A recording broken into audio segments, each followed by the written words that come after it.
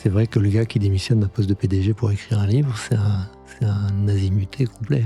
Et du coup, ton statut vis-à-vis des autres, et le regard des autres, change complètement. Et quand tu redémarres de zéro, t'es plus du tout bankable, pour dire un terme français. Ouais, tout à fait. Et du coup, c'est quelque chose qui est assez difficile. Et en même temps, dans ma tête, c'est pas du tout ça le sujet. Dans ma tête, j'ai un devoir de vérité sur ce que l'on a vraiment vécu et la manière dont on l'a géré. Et ça existe dans aucun journal et nulle part. Et je ne veux pas que l'histoire se termine sans y apporter cette contribution. Et je ne veux pas que la page se ferme sans qu'il y ait cette vérité-là, qui est la mienne et qui est ce que j'ai vécu. Et la manière dont on a géré, et plutôt bien géré, une crise qui potentiellement était systémique et très très grave pour tout le monde. Et du coup, j'ai un devoir de vérité qui est peut-être le fait que j'ai été journaliste au départ. Je suis Solène Niederkorn. From Within est le podcast dérivé de FinScale. Il vient compléter mon exploration des transformations à l'œuvre en finance en s'intéressant cette fois-ci à ce qui change avec nous, en nous et entre nous. Bonne écoute à toutes et à tous. Bonjour à tous et bienvenue sur un nouvel épisode de From Within. Donc c'est le 4e épisode. J'ai la chance de recevoir Hugues Lebré, que j'ai également reçu sur mon podcast FinScale il y a 3 ou 4 ans. Bonjour Hugues. Bonjour Solène. Je suis ravie de t'accueillir à nouveau, avec un sujet qui n'a rien à voir avec ce qu'on avait discuté. Je suis ravi d'être là pour parler de choses différentes que le business, alors, voilà. Ou au-delà. Non, tout à fait. Alors, j'ai énormément d'estime pour ce que tu as fait au niveau professionnel. Je trouve que tu as un parcours hyper inspirant pour plein de personnes dans le secteur financier, que ce soit Boursorama, la Société Générale, et puis bien entendu ton aventure Nickel, qui a été formidable. Donc, j'invite les personnes qui sont intéressées à écouter ce premier épisode qu'on a enregistré pendant le Covid. Mais je suis aussi extrêmement inspirée parce que tu m'as raconté. Enregistré à la maison, je me rappelle. Ouais, c'est vrai, tout à fait. Très sympa avec tes enfants, ta femme, c'est très sympa. Non, moi, ce que je trouve fabuleux, c'est l'aventure que tu as eue à pied dans les Pyrénées. Tu as parcouru 922 km et tu as fait 55 000 mètres de dénivelé positif et négatif pour aller d'ouest en est dans les Pyrénées. Et ça m'inspire parce que, bien entendu, c'est déjà un exploit sportif fabuleux. Ouais, et puis toi, t'es une traîneuse, donc c'est encore plus dur. Voilà. Ouais. Non, mais ça me parle énormément parce que y a beaucoup de choses que tu racontes dans ce livre qui s'appelle Le chemin vers soi. C'est ça, hein ? Le chemin de soi. Qui s'appelle Le chemin de soi. Beaucoup d'éléments que tu reprends... Voilà, moi, qui me parle énormément parce que, comme tu disais, je fais du trail. Et quand on est dans la nature, quand on est dans la montagne, seul, il y a énormément de choses qui se passent, beaucoup d'émotions. Donc, j'aimerais que tu reviennes sur cette expérience-là. Et je t'explique après le lien avec From Within, que tu nous expliques aussi de quelle manière ça te permet de relire certains événements de ta vie professionnelle. Et privé d'ailleurs. Et privé peut-être aussi, tu nous raconteras tout ça. Est-ce qu'on pourrait déjà commencer par une question de base ? Qu'est-ce qui t'a donné envie de te lancer dans cette aventure et pourquoi tu as choisi les Pyrénées ? Alors les Pyrénées, parce que je passe beaucoup de temps à Saint-Jean-de-Luz et c'est au pied des Pyrénées que je fais déjà beaucoup de marches avec des amis de quelques heures quand j'ai un peu de temps. Et puis j'ai toujours marché dans la montagne depuis toujours, mais le vrai prétexte, j'allais dire, c'est que j'ai lu les livres d'Axel Kahn, qui était le grand généticien, et qui a traversé, quand il avait 70 ans, la France des Ardennes au Pays Basque, et la France de la Pointe du Raz à Menton. Et ce que j'avais adoré dans les livres d'Axel Kahn, c'est pas tellement la marche, la description de la sociologie, de la géologie, de l'économie, de tout ce qu'il traversait, et puis l'histoire de l'art roman qui était sa passion, même s'il était athée, mais c'était les émotions qu'il avait, les pensées en chemin, mais les émotions. Et en fait, il démontrait comme grand généticien que quand tu marches, tu fais circuler le sang, tu fais battre le cœur, et puis que tu développes tes pensées, tes arborescences. Mais quand tu marches seul, tu ressens tout beaucoup, beaucoup plus fort. Et du coup, tous tes sens sont en éveil, tu entends plus, tu vois mieux, tu ressens tout. Et j'avais envie de voir, et il disait que tu peux toucher le sublime et avoir des émotions d'une force qui est aussi fort qu'un opéra où tu as la larme à l'œil ou un concert, etc. Et du coup, je me suis dit, j'ai envie de voir si ça marche pour moi. Et du coup, je suis allé marcher seul 5 jours. C'était la première fois de ma vie que je m'offrais une parenthèse, une évasion. J'avais l'impression de faire une fugue seul pendant 5 jours, et ça fait du bien de faire une fugue de temps en temps. Ouais. Et j'adorais. J'ai trouvé ça exceptionnel. Pyrénées aussi. Ouais. Et du coup, j'ai fait les 5 premières étapes du GR10, entre Hendaye et Saint-Jean-Pied-de-Port. Et du coup, j'ai programmé la suite pour l'été suivant, de Saint-Jean-Pied-de-Port à Bagnols-sur-Mer, ce qui fait donc 47 étapes en tout. Et j'ai eu des émotions d'une force inouïe. Et ce que j'ai adoré, alors il y avait le déclic des 60 ans aussi. Tu vois, tu peux encore le faire physiquement. Et d'ailleurs, entre parenthèses, je me suis jamais senti aussi fort physiquement que pendant cette traversée. Parce que quand tu t'entraînes pendant 6 mois et que tu montes 1200 mètres par jour, au bout d'une semaine, tu es dans une forme olympique. Oui, bien sûr. Et du coup, c'est très, très impressionnant l'élasticité du corps. Mais ce que j'ai aimé, c'est que c'est être hors réseau, être déconnecté. J'avais pas de nouvelles. Je suis passé à côté des émeutes de juin 23. Ah ouais, c'est vrai que t'avais pas de téléphone, non, j'étais pas de contact avec... J'avais un téléphone hors connexion, c'est-à-dire en mode avion pour avoir les cartes avec les applis. Et dans les 2 tiers des refuges, t'as pas de réseau le soir. Hein, quand t'es au refuge de Beslan, c'est à 2700 mètres, il n'y a pas de réseau, tu vois. Donc t'es déconnecté la plupart du temps. Et j'avais volontairement choisi de rester déconnecté. C'est-à-dire de pas lire les mails, de pas lire les WhatsApp, de pas écouter les informations, de pas lire de journaux. Tu publiais sur Instagram quand même. Je publiais sur Instagram tous 2 jours. Mais à l'époque, j'avais un Instagram qui était fermé. Maintenant, je partage les balades et les vues de montagne, mais que ça. Je partage pas les visages de mes enfants ou de ma famille. Et je partageais avec mes proches les 10 meilleures photos de la journée, le résumé de l'étape de la journée, que je publiais une fois tous les 2 jours, parce que j'avais du réseau une fois tous les 2 jours. Mais c'était du broadcast. C'était pas je reçois de l'information. C'était je transmets. Voilà. Et du coup, quand tu es déconnecté, t'es plus le père, t'es plus le collègue, t'es plus le quartier, t'es plus le diplôme, t'es plus le statut social, t'es plus rien du tout. T'es Hugues. T'es Hugo. et en fait, les gens que tu croises sont tous en short avec des chaussures et un gros sac et ne s'intéressent pas tellement. Ils s'intéressent à toi. Comment tu vas, quelle étape t'as fait, ta santé, l'état de tes pieds, ce que tu manges, la qualité des refuges, etc. Mais t'es que Hugo de Saint-Jean-de-Luz et tu n'es rien d'autre. Et en fait, tu deviens finalement où tout le monde est à égalité, tout le monde est complètement libre. Et d'ailleurs, tu croises assez peu de gens. Hein. En marchant, tu croises 1 ou 2 personnes par jour à tout casser. Et le soir, dans les refuges, quand tu es fin mai ou début juin, tu as 4-5 personnes dans les refuges le soir. Sauf quand tu es dans un nœud comme Gavarnie, un week-end, où il y a tous les trailers ou tous les cyclistes, etc.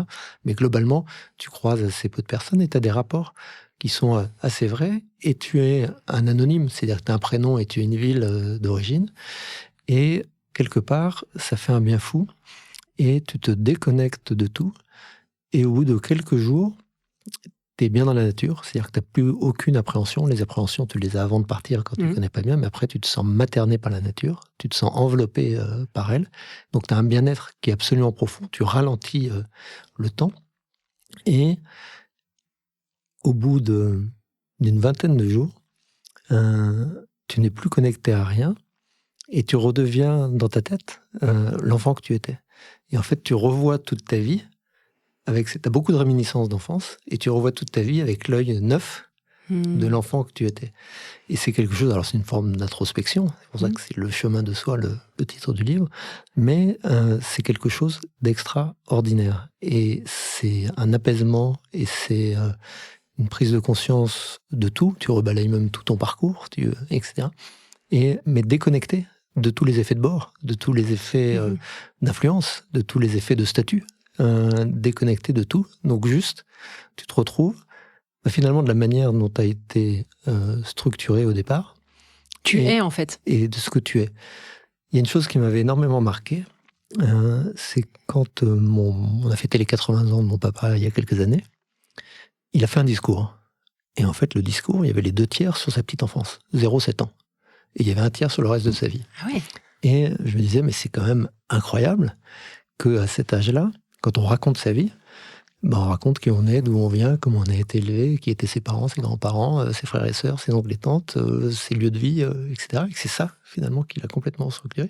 Et ce qui est très étonnant, c'est qu'il reste 60 ans, en allant marcher, en se déconnectant de tout, tu as énormément de souvenirs, d'enfance aussi. Et en fait, tu revois l'enfant que tu étais avec la pureté de l'enfant, et tu rebalayes ta vie avec cet effet rétroactif, cet œil neuf.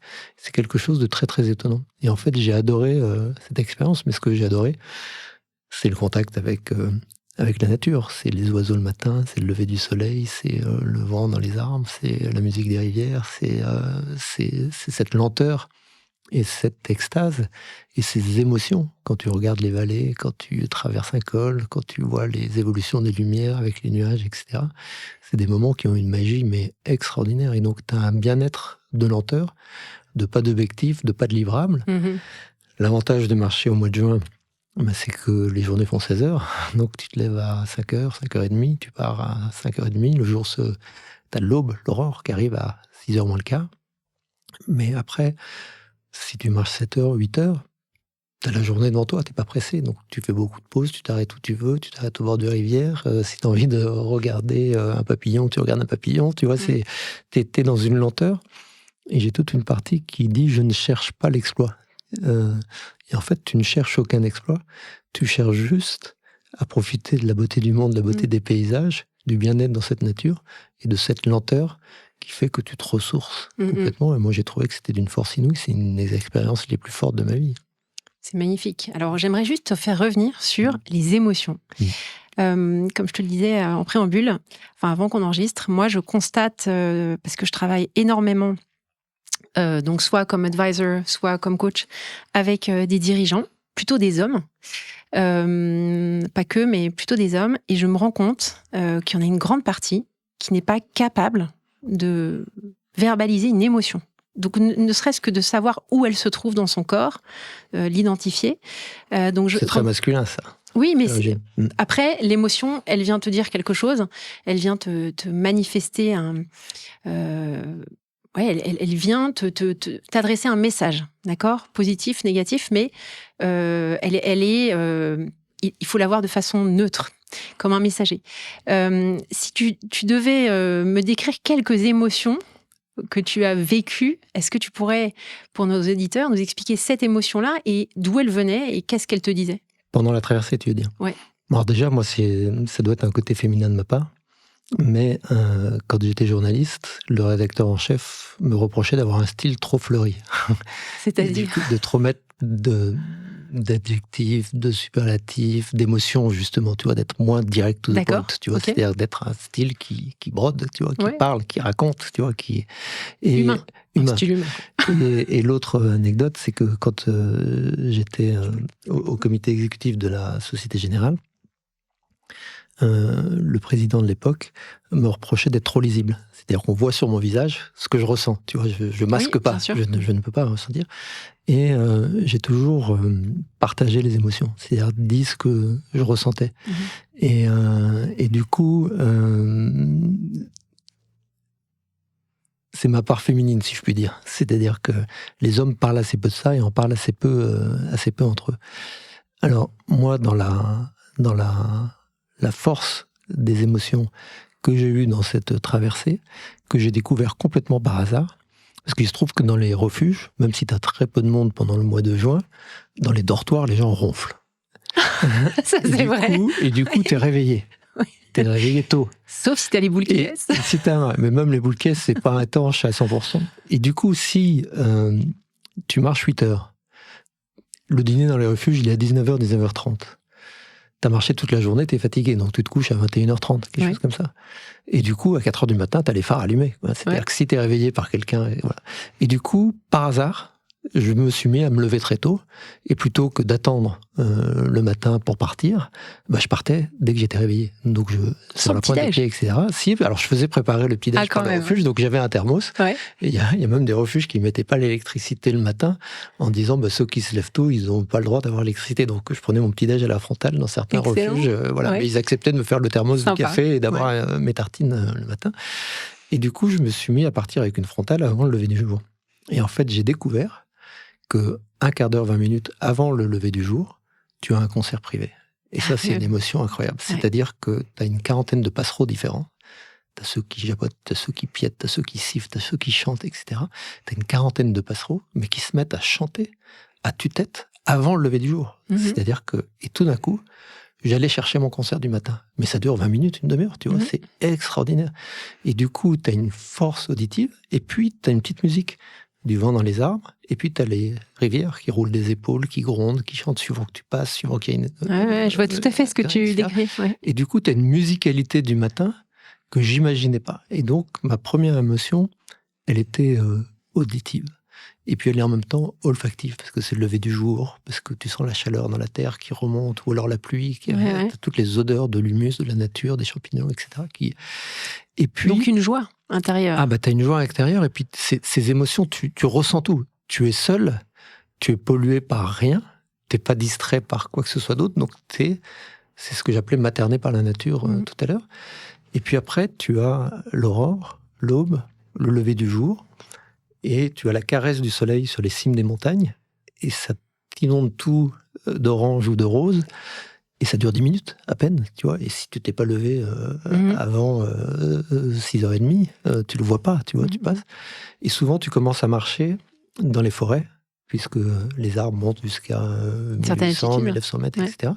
Et puis tu sors de la lisière de la forêt, et puis tu vois les lumières rasantes, l'herbe vert tendre du mois de juin, les lumières jaunes rasantes, etc. Les ombres qui sont immenses, tu vois, parce que le soleil est encore bas, et puis il monte petit à petit, etc. Et puis tu marches pendant 2 heures, 3 heures, 4 heures avant d'atteindre le premier col. Et là, tu arrives au col, et en fait, tu montes petit à petit jusqu'au col, et puis tu découvres petit à petit, au fur et à mesure que tu marches, la vallée d'après. Et puis tu vois l'infinité, parce que tu arrives en haut, et puis tu vois ce qu'il y a après, et tu découvres des paysages. Et tu te dis pas... Tu te retournes, tu te dis pas, zut, il me reste tout ça. Non, tu te dis, génial, il me reste tout ça. Ouais. Et en fait, tu as cette émotion de grandeur, et tu as l'impression d'être seul au monde, et que tout appartient à ta personne, tu es en haut de la montagne, et puis tu vois les paysages à l'infini. Ça m'avait surpris. Moi, je fais pas d'alpinisme, et je fais pas de sports qui ont des risques, mais quand je voyais des gens qui montaient l'Everest, et finalement, un jour, on leur demande « mais pourquoi ?» Ils répondaient « pour la beauté des paysages ». Je trouvais ça stupide comme réponse. Mais en fait, chaque fois que j'arrivais en haut d'un col, mais j'avais une émotion d'une force incroyable.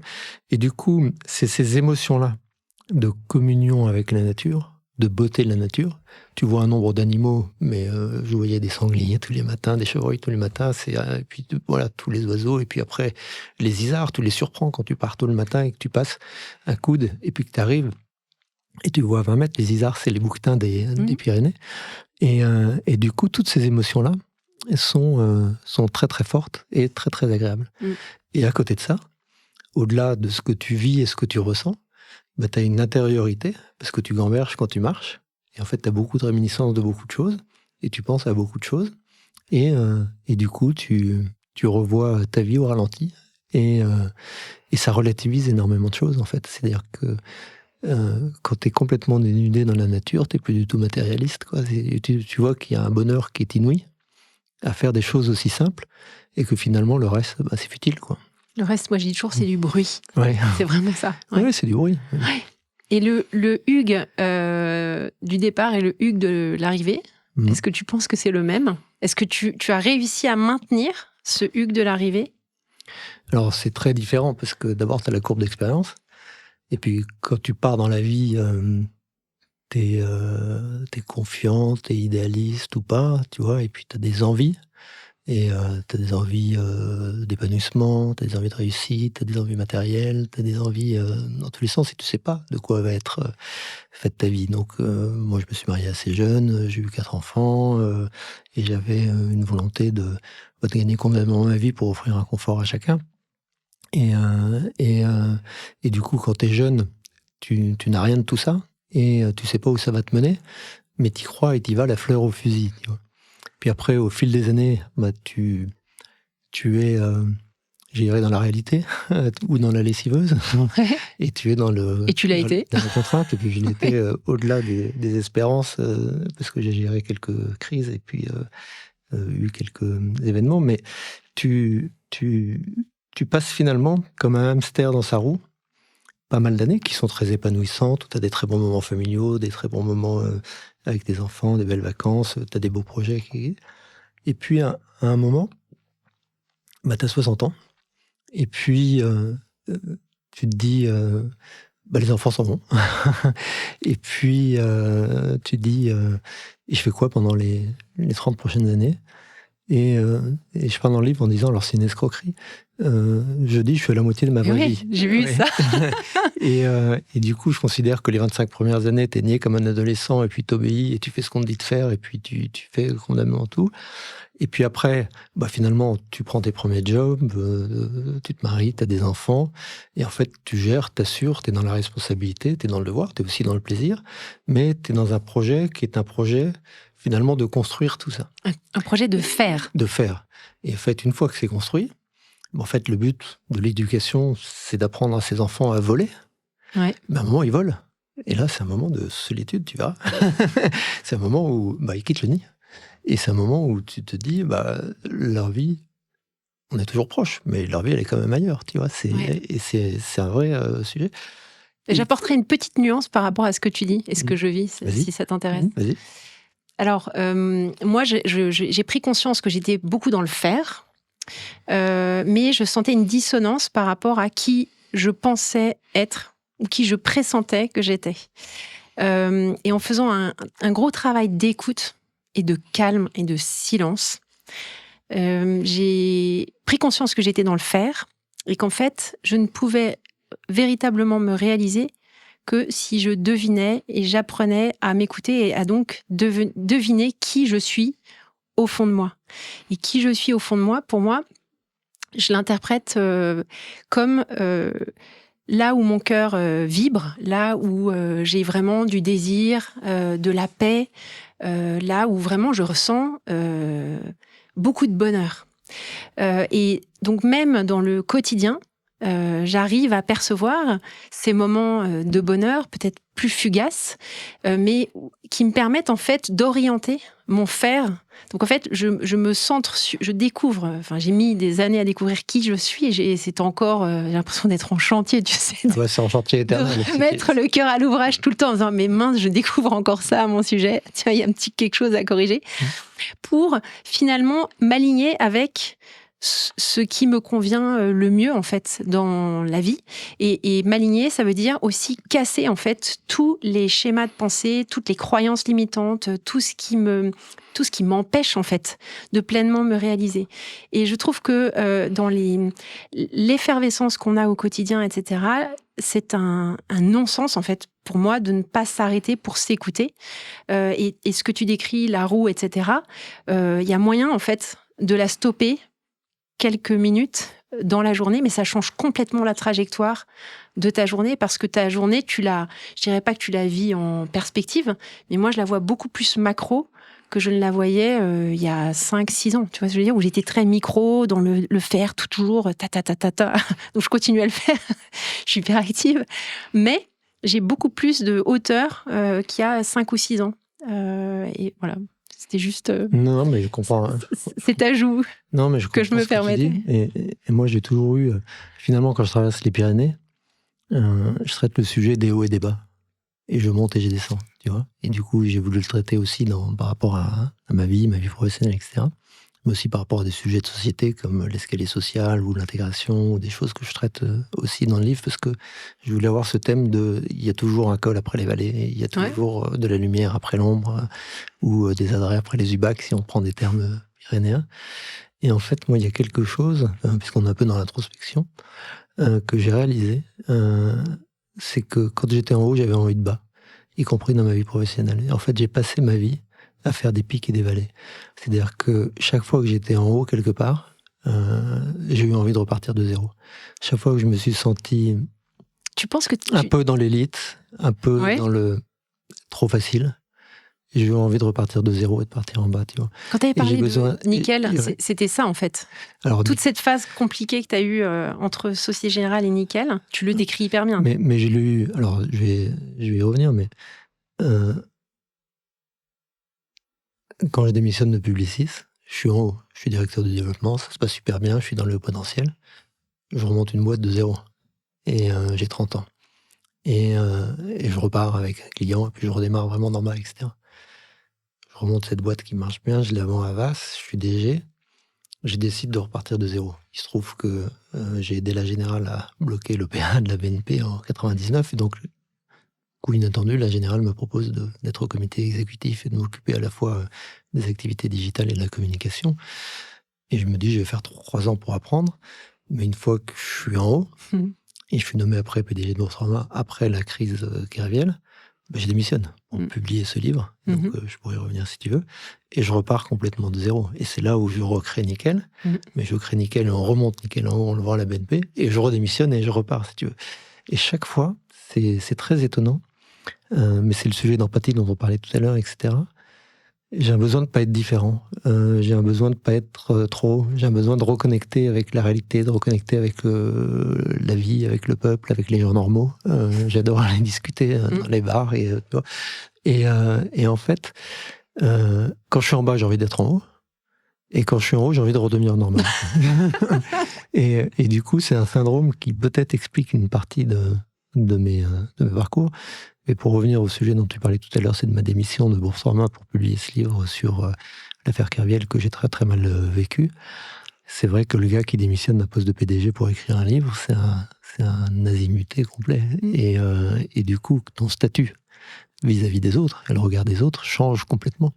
Et quand tu redémarres de zéro, tu n'es plus du tout bankable, pour dire un terme français. Ouais, tout à fait. Et du coup, c'est quelque chose qui est assez difficile. Et en même temps, dans ma tête, c'est pas du tout ça le sujet. Dans ma tête, j'ai un devoir de vérité sur ce que l'on a vraiment vécu et la manière dont on l'a géré. Et ça existe dans aucun journal et nulle part. Et je ne veux pas que l'histoire se termine sans y apporter cette contribution. Et je ne veux pas que la page se ferme sans qu'il y ait cette vérité-là, qui est la mienne et qui est ce que j'ai vécu. Et la manière dont on a géré, et plutôt bien géré, une crise qui potentiellement était systémique et très très grave pour tout le monde. Et du coup, j'ai un devoir de vérité qui est peut-être le fait que j'ai été journaliste au départ. Et quelque part, mon statut m'intéresse moins que la vérité, tu vois. Et du coup, là, c'est peut-être là où il y a un côté, je sais pas, fêlé, ou chevaleresque, ou idéaliste, etc. Et en même temps, c'est pas idéaliste. Non, mais connecté avec encore une fois, ton cœur. Oui, pas connecté avec mon cœur. Et puis, quand je décide de le faire, c'est pragmatique. J'ai monté une boîte quand j'avais 30 ans. Je sais comment on fait. Je me dis, remonter une boîte à 47, c'est pas grave, je vais le faire, tu vois. Et puis, je m'assure d'avoir 1 ou 2 clients avant. Et puis, je m'assure que le livre va avoir un succès médiatique en faisant signer des lettres de confidentialité au Grand Journal, au Monde, etc., qui m'assurent des retombées assez fortes. Je m'assure de ne pas avoir de problème juridique. C'est très structuré, la manière dont je décide. Mais vu de l'extérieur, le mec, il démissionne, il est fou, quoi. Tu vois, ouais. Voilà. Et après, tu repars, et puis tu es tout seul dans ta petite boîte, dans la rue, sans médaille, sans uniforme, on t'a enlevé tes épaulettes, et puis tu repars de zéro. Et finalement, j'adore ces périodes, parce que finalement, je m'ennuie assez vite. Et j'aime bien provoquer le hasard.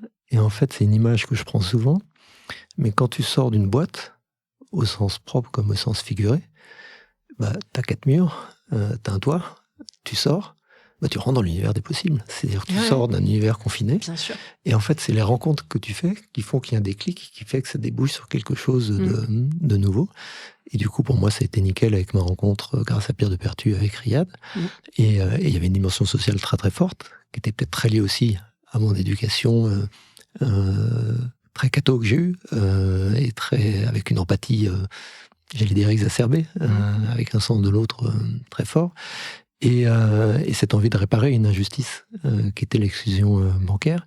Et donc il y a certainement beaucoup de choses qui reviennent au gène et qui reviennent très très profond. Mais il y a aussi cette envie de faire des nouvelles rencontres, de relancer les dés, de refaire quelque chose de nouveau, de refaire quelque chose d'utile, de ne pas être dans le confort. Et il y a cette idée d'avoir toujours une étincelle dans l'œil, d'avoir toujours quelque chose avancé, de ne pas être arrivé, de ne pas devenir le bourgeois gentilhomme, tu vois. Ouais, je vois tout à fait ce que tu veux dire. Et du coup, cette envie de toujours me re-challenger, me relancer, me prouver que sans les statuts, etc., je peux quand même y arriver. Et que si j'y arrive pas, c'est pas grave, parce que le bonheur, il est dans la simplicité, il est dans la marche en montagne, finalement. Exactement. Si on prend peut-être 2 passages, parce que tu expliquais, c'est pas rumination, mais ces pensées qui reviennent, ces souvenirs qui remontent. Est-ce que tu as pu également repenser à des moments, que ce soit chez Nickel, ou Société Générale, ou même encore avant, où tu te dis, tiens, là, sur ce thème en particulier, peut-être que j'aurais dû faire les choses différemment, ou alors peut-être que tu as vu les événements avec un autre regard, ou peut-être plus sur une vision différente des personnes. Alors, tu rebalayes, mais en fait, ce qui est drôle, c'est que c'est plus les sujets personnels. Mon enfance, le rapport à mon père, dont je parle beaucoup dans le livre, qui reviennent, que les sujets professionnels, même si les sujets professionnels existent. Donc, je vais répondre à la question sur les sujets professionnels. Sur la crise carvielle, qui était vraiment un moment très très difficile, mais que j'explique dans un livre, donc on ne va pas revenir dessus, refaire le podcast dessus, j'en ai déjà fait beaucoup. Il y a une dichotomie complète entre la perception, je dirais, grand public, et le vrai sujet qu'on a géré. Et entre les objectifs qu'on avait nous, et les objectifs finalement que pouvait avoir le trader. Le trader, son objectif, c'est simple, c'est de se blanchir vis-à-vis de l'opinion et puis de montrer que c'est la faute aux autres. Nous, l'objectif, c'est de sauver la banque. Tu vois, donc il n'y a aucun objectif sur le trader, mais tout le monde pense qu'il y a un combat pot de terre contre pot de fer. Il n'y a pas un combat pot de terre contre pot de fer. Il y a un gars qui est devant la justice, puis il y a une banque qui doit garder ses clients, qui doit garder son activité, qui doit lever 5 milliards pour boucher le trou et continuer à aller de l'avant. Donc on a des objectifs qui sont complètement différents, mais les médias situent le sujet et les politiques, etc., sur un sujet qui n'est pas du tout le sujet qui t'intéresse. Et du coup, la chose à refaire, c'est... Alors, on a très bien réussi, puisqu'il y a encore la marque, il y a encore les clients, ça fonctionne, ça a été recapitalisé, ça n'a rien coûté en deniers publics, et c'est une crise qui a été gérée, c'est un cas qui est à Harvard, tu vois, c'est-à-dire que... Mais, vis-à-vis de l'opinion, c'est pas ça. Et du coup, il y avait peut-être des sujets à mieux traiter de ce côté-là, même si l'objectif, c'était pas de prouver qui était coupable de quoi ou quoi. C'était l'objectif, c'était d'aller d'avance. Donc là, il y a une prise en compte de l'opinion, mais est-ce que c'était un objectif à avoir ou pas, qui a été faite, en tout cas sur laquelle on a été surpris. Voilà. Et même si moi je pense que c'est un accident majeur et que les contrôles ont failli, mais ils ont failli comme les contrôles du World Trade Center qui n'avaient pas prévu qu'on allait faire tomber la tour avec le cutter dans une lame de talon, quoi. Tu vois, c'est-à-dire que, donc il y a des choses qui sont inimaginables et les contrôles ont toujours un temps de retard par rapport aux escrocs. Et voilà, sur Nickel, finalement c'est dans la partie non visible que ça a été le plus difficile, tu vois. Et en fait finalement, c'est les rapports de force avec les actionnaires, les éternelles levées de fonds où tu es dans un... La centaine d'actionnaires que tu avais. 140 actionnaires, ouais. Parce qu'aucun investisseur ne voulait financer ça au début. À part Après, Partech. Tout le monde voulait. Mais Partech l'a fait, mais au bout de 5 ans. Ouais, tu vois, c'est ça. Les premières années, on était vraiment, vraiment tout seul. Et en fait, là, je me suis aperçu de la solitude des fondateurs ou des fondateurs. Toi, tu crois au projet, tu es à fond, tu mets tout ton argent au début, tu ne te payes pas. Tu as même pas zéro facture à la boîte, ni de transport, ni de resto, ni de téléphonie mobile, etc. Vraiment, tu mets tout. Et tu mets tout ton argent. Et puis, tu lèves des fonds, mais toi, tu n'en as plus. Donc, chaque fois que tu fais une levée de fonds, tu es dilué. Et tu t'aperçois que tu as un rapport de force, en fait, entre des gens qui sentent que ça sent bon, parce que l'activité se développe et que tu as de plus en plus de clients tous les mois, mais qui ont un objectif d'avoir le maximum d'actions pour le minimum de capital, et toi, tu veux exactement l'inverse. Voilà.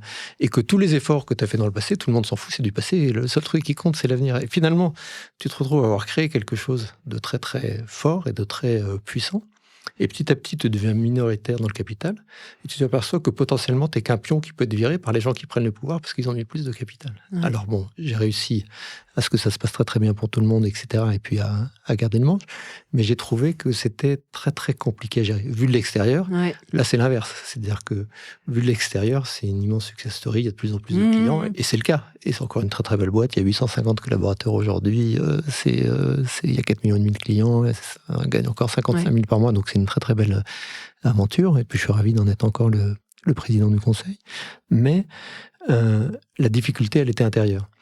Et j'allais dire, sur la crise carvielle, c'est exactement l'inverse. C'est-à-dire que médiatiquement, tout le monde pensait que il y avait du lard, il y avait du cochon, que tout le monde n'était pas blanc-bleu et que finalement c'est la faute au système ou la faute à la banque.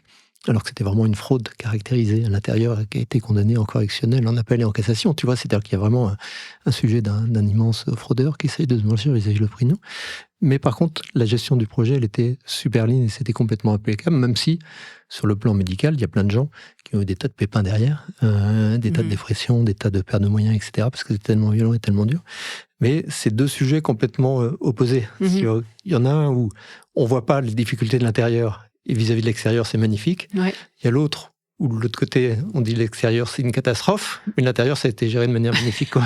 Tu vois, c'était deux sujets complètement différents. Quoi. Ça, c'est les prises de conscience que tu as eues quand tu marchais ? Oui, en fait, je me suis dit, en fait, tu reviens sur les sujets, tu regardes comment tu les as gérés, et en fait, tu as des petites insights comme ça, où tu as du recul par rapport à ce qui a été fait, et en fait, tu ressens aussi les moments où finalement toi t'étais dans le feu de l'action et t'allais toujours de l'avant, mais ces moments où ça a grincé, ces moments où c'était compliqué, et en fait tu te dis peut-être qu'à ce moment-là ça aurait pu être géré de manière un peu différente. Quoi. Mais ce que j'adore moi, c'est que finalement la question du regret n'existe pas, parce que la question de ce regret, c'est de se dire si c'était à refaire, est-ce que je ferais différemment, et c'est juste pas à refaire. et heureusement. Ouais, c'est clair. Et si c'était à refaire, ce serait fait avec des conditions différentes, des univers différents, des effets de bord différents, et donc ce serait très différent. Donc ce serait de toute façon très différent. Hugues, c'était hyper intéressant. Je suis hyper frustrée parce que on a parcouru 3 de mes questions. Donc je vais t'inviter à nouveau. On va trouver une autre excuse pour que tu reviennes. On a fait 10% de tes questions, c'est ça. Non, mais écoute, j'aurais aimé aussi parler, mais on n'a pas trop le temps, parce que j'essaie de garder un peu rigoureusement mon timing, mais aussi de parler aussi d'interaction que tu as eues avec les gens. Bah, si on va en prendre 2 minutes là quand même pour en parler. Tu parles beaucoup de ta solitude, tu parles beaucoup de la nature, etc. À titre personnel, quand je suis dans des refuges, parce que j'en ai fait pas mal, en haute montagne et aussi moyenne montagne, moi j'adore discuter avec des gens qu'on ne reverra jamais, de ce qu'ils ont ressenti, de les moments forts de leur journée, etc. C'est quoi ce que tu retiens de ces échanges et ces connexions ? C'est très fort, parce que d'abord moi aussi j'adore parler avec les gens. Et en fait, quand je partais très tôt, j'arrivais très tôt dans les refuges et j'étais le premier. Donc j'adorais refaire la vie de notre... Tu accueillais tout le monde ? De l'autre. Ouais. Pourquoi il était là, comment il était arrivé, depuis quand, est-ce que c'était le gîte de ses parents, est-ce que ça fait longtemps qu'il est en refuge, etc. Et j'adorais discuter après dans le dîner avec les marcheurs qui venaient et qui racontaient chacun leur vie. Et en fait, quand j'ai dit à mon éditeur que j'allais faire la traversée des Pyrénées et que j'essayais d'en faire un livre, il m'a dit, le gars qui va bien avec la traversée des Pyrénées, tout le monde s'en fout. Voilà. Et du coup, c'est quoi ta petite musique ? Et en fait, tes sons, sa musique, c'est l'anti-modernité, c'était sa remédiation dans le chemin noir après son accident, etc. Et moi, je me suis dit, je vais traiter les hauts et les bas de la vie, en fait, si tu veux. Et du coup, j'ai à la fois les chemins du GR10, les sommets, l'école, la préparation physique, etc.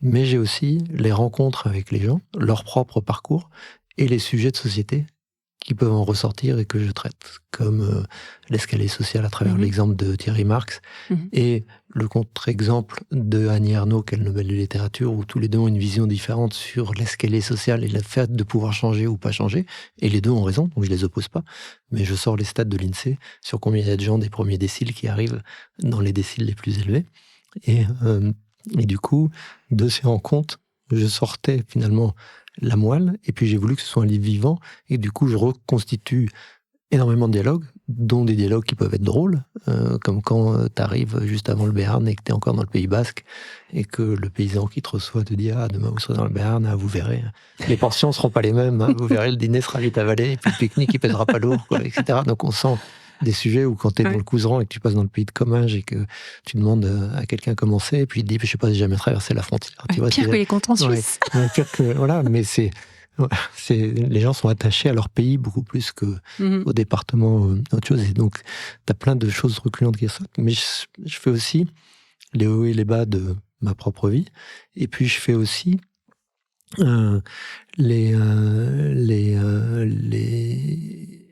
des sujets qui me tiennent à cœur. Et donc, je traite l'intégration et l'immigration, tu vois, et pas de manière caricaturale. Et du coup, je supporte pas l'amalgame et le manque de nuances. Tu vois, je suis très triste du discours politique ambiant. Et du coup, j'essaye de faire un livre qui est positif et qui montre que y a toujours des hauts après les bas et que il montre que tout le monde peut s'entendre. Moi, j'ai des débats, par exemple, sur les bassines, dans le refuge Les Fermes des Minces, avec Mathias, qui est très engagé et qui va manifester, etc. Et c'est très plaisant, et c'est très agréable, et c'est un discours construit. Et en fait, le sentiment que j'ai en marchant, en traversant les villes, les villages, l'école et les vallées, que tout le monde est sympa, que tout le monde est accessible, alors surtout les marcheurs, parce que c'est fort, et qu'on peut discuter, et qu'on est tous unis, tu vois. Puis après, tu allumes la télé, et tout le pays est à feu à sang en permanence, quoi. C'est-à-dire qu'il y a une vraie dichotomie entre la vraie réalité de terrain. Je ne dis pas qu'il y a des gens pour qui c'est difficile, et nickel est une solution pour eux, mais je trouve qu'on arrive à une caricature médiatique qui déforme le visage de la France, qui est un pays qui est absolument magnifique, où il n'y a que des gens normaux partout avec qui on peut discuter, tu vois. Et la simplicité, l'empathie permet de vraiment sentir ça, et ça, c'est quelque chose qui a été très important pour moi et très fort pour moi. Et du coup, je reconstitue beaucoup de dialogues dans le livre, et en même temps, j'ai gardé des contacts avec des gens que j'ai croisés plusieurs fois, comme Emmanuel, comme Mathieu, etc. On échange des nouvelles, je leur ai envoyé le livre avec une dédicace. Et c'est des gens avec qui on a traversé les Pyrénées, on s'est croisés une dizaine de fois dans les différents refuges et les différentes marches, et on garde des rapports très très forts, alors que on est forcément très très différents, mais quand on marche, on n'est pas différent. Ouais. Top, hyper inspirant. Merci Hugues. Alors j'ai une clôture rituelle sur From Within que j'ai pas sur Finscale. Donc je vais poser des questions et je vais te demander de ne pas réfléchir et de sortir ce qui te passe par la tête. On y va ? T'es prêt ? Vas-y. Un mot qui résume cette traversée. Émotion. Alors une émotion, l'émotion la plus forte que tu gardes. C'est le chant des passereaux avant le lever du jour. Ok. Et dernière question, est-ce que tu aurais un conseil à donner à nos auditeurs, entrepreneurs, investisseurs du milieu de la finance qui nous écoutent ? Parce que c'est quand même le gros de mes auditeurs. J'ai tout un chapitre dans le livre sur la provocation du hasard.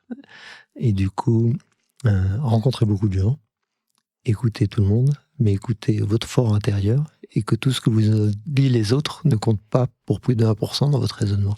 C'est-à-dire que c'est à l'intérieur de vous, et tout ce qui peut être raconté à l'extérieur vient d'autres expériences qui ne sont pas la vôtre. Donc écoutez votre petite pendule intérieure à vous, et croyez-y, c'est ça qui fait qu'on déplace des montagnes. Nickel, on ne l'aurait pas lancé si on avait écouté tout le monde qui nous disait ça ne marchera jamais. Et même si on avait lu les études de marché qu'on avait faites, quoi. C'est le 5e accord Toltec, en fait. Ouais, c'est vrai. Merci Hugues Levray. Merci Solène. À bientôt. À bientôt. Merci d'avoir écouté From Within. Si cet épisode vous a plu, abonnez-vous sur votre plateforme d'écoute préférée, laissez un commentaire et surtout, partagez-le autour de vous. Et pour aller plus loin, vous pouvez également vous abonner à la newsletter Finscale sur Substack. Vous y retrouverez réflexions, ressources et outils pour avancer à la croisée du business et du développement intérieur. À très bientôt!